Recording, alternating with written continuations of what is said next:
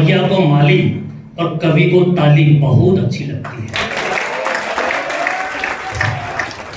ये इशारा समझिए आप लोग, ये आपके लिए था इशारा। जी। एक कविता जनरली जो एक स्त्री से तकरार हो जाती है उस पर है। अब एक पुरुष सिर्फ एक ही स्त्री होती है जिसे तकरार करने की हिम्मत करता है, अन्य से तो ठीक ठाक ही रहता है। स्त्री से हो गई तकरार, शब्द भेदी बाणों की होने लगी बौछार। कुछ हो गए दिल के आर पार, मन में आया एक कुविचार। स्त्री से हो गई तकरार, शब्द भेदी बाणों की होने लगी बौछार। कुछ मन में आया एक कुविचार। कौन सा कुविचार? स्त्रीलिंग से संबंधित कोई शब्द नहीं बोलूंगा, ई की मात्रा भी नहीं बोलूंगा, बहुत सुंदर, बहुत सुंदर। फीमेल वर्ड भी नहीं बोलूंगा। ये भाषा जो लोग पढ़ाते हैं वो ध्यान दें इस बात के ऊपर। बिल्कुल। चूका, ई की मात्रा नहीं बोलूंगा। चूका, हो गया तकरार, रसोड़े में पड़ गए ताले, नाश्ते के पड़ गए लाले, हम बाजार चाले। कुछ खा लें कुछ पाले, बाजार में देखा कोटा प्रसिद्ध गरम गरम कच्चो, एक ही मात्रा नहीं बोलूंगा, एक ही मात्रा नहीं बोलूंगा। दुकानदार को बोला कच्चो, तो कच्चो क्या है? कचौरा चाहिए क्या? नसीराबाद जाओ, कोटा में तो कच्चो ही मिलती है। मैंने कहा भाई ये जलेबा दे दो, जलेबा। वो घूरने लगा, तो मैंने कहा भाई इमरता दे दो यार। वो गुस्से से और घूरने लगा वो पीट ही देगा। तब मैंने ढोकला खाकर अपनी जठार होना बुझाया। बहुत सुंदर, बहुत सुंदर। भी अपना जठार हो जाया। और खत्री जी ज्यादातर मिठाइयाँ स्त्रीलिंग है, आप बर्फी भी जोड़ लीजिए भले उसमें, वो भी स्त्रीलिंग है। इसलिए बर्फा नहीं खा सकते सर। शाम की बजाय दिन में सब्जा मंडा गया, सब्जा मंडा गया। सब्जा वाले से पूछा ये भिंडा क्या भाव है भाई? उसने पूछा टिंडा चाहिए क्या? ना ना ना ना ना ना, ये गोबा क्या भाव है? वो घुराया। मैंने कहा ये मेथा का भाजा क्या भाव है भाई? तो क्या कह रहे हो? मैंने कहा ये मेथा का भाजा क्या भाव है? सब्जा वाले के आंखें में आग। मैं गया वहां से भाग। तभी मित्र ने आवाज दिया, दिन में सब्जा मंडा, ये कैसा फंडा?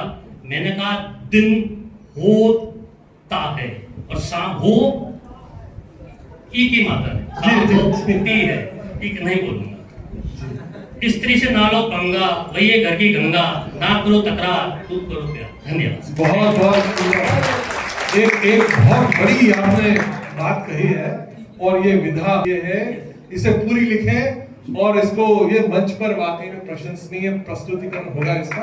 बहुत सुंदर, बहुत सुंदर। बहुत बहुत धन्यवाद। इनका नाम भी खतरा हो जाएगा फिर। क्या बात है, क्या बात है। देखिए इस कविता के बहुत आयाम बहुत दूर तक जाएंगे। जी जी। और ऐसा मत कीजिएगा वरना आपके पास में गाड़ी नहीं रहेगी। आप इस जिद पे अड़े रहे तो कविता ही नहीं रहेगी, वो कविता हो जाएगी। जी सर, बहुत सुंदर, बहुत सुंदर। चलिए अब कार्यक्रम का समापन करने के लिए मैं बिना किसी मैडम, अच्छा ठीक है, एक दौर और करेंगे हम, छोटी छोटी कविताओं के साथ एक दौर और कर लेंगे।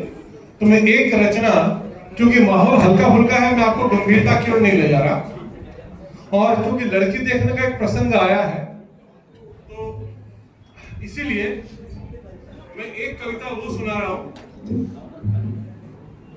और मजेदार बात यह है कि खत्री जी ने मिठाई की बात की थी, तो मैं भी आपके सामने कुछ पकवानों की और मिठाई की बात करने की कोशिश करता हूं।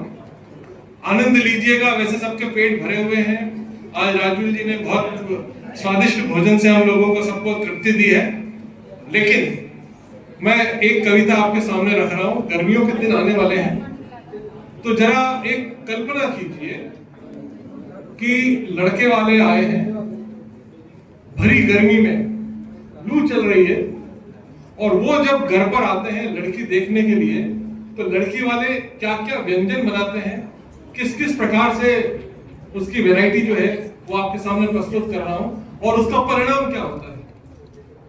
तो मुलाहिजा हो कि लड़की देखन आए रहे लड़का वाले लोग, लड़की देखन आए रहे लड़का वाले लोग, और दादी के पकवानों का लगा रहे सब भोग।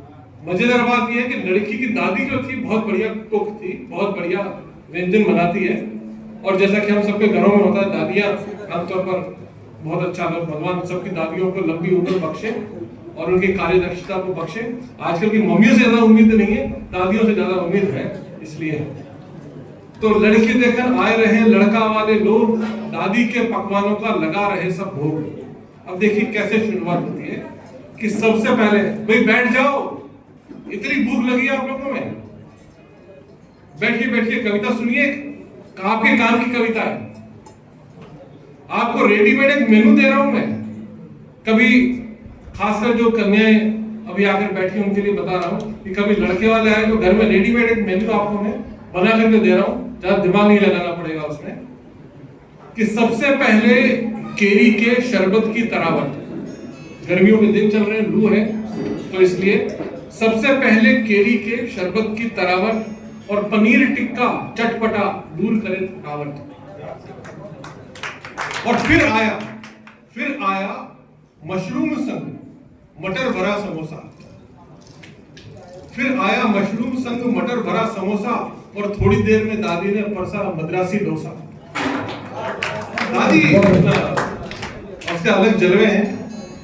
तो पेट भरा पर पेट भरा पर जीभ तो मांगे थोड़ा और डिनर में व्यंजनों का फिर चला एक दौर।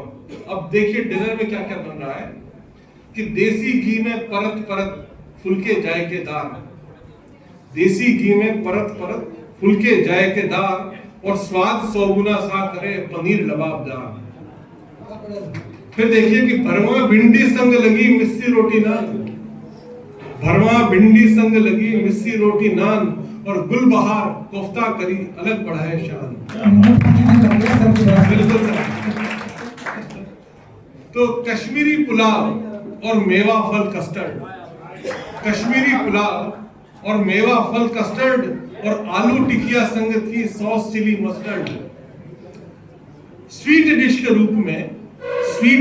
रूप में गुलाब जामुन और बर्फी, स्वीट डिश के रूप में गुलाब जामुन और बर्फी, और रसगुल्लों के बीच दिखी अखरोट अशरफी, रसगुल्लों के बीच दिखी अखरोट अशरफी, अखरोट की बनी हुई। और अब देखिए अभी समाप्त नहीं हुआ है कि मक्खनिया लस्सी में देखी दाग किशोरी। पेशावर की दाग सब बहुत बड़ी होती है साइज में, और हमारे उधर यूपी में रुड़की में किशोरी दाग के नाम से जानी जाती है। तो मक्खनिया लस्सी में देखी दाग किशोरी, और विदा समय दादी ने दे दी पान गिलोरी। अब इसका परिणाम क्या हुआ देखिए कि लड़के वाले गदगद चटपट कर दी शादी, पर दहेज में मांग ले गए लड़की की दादी।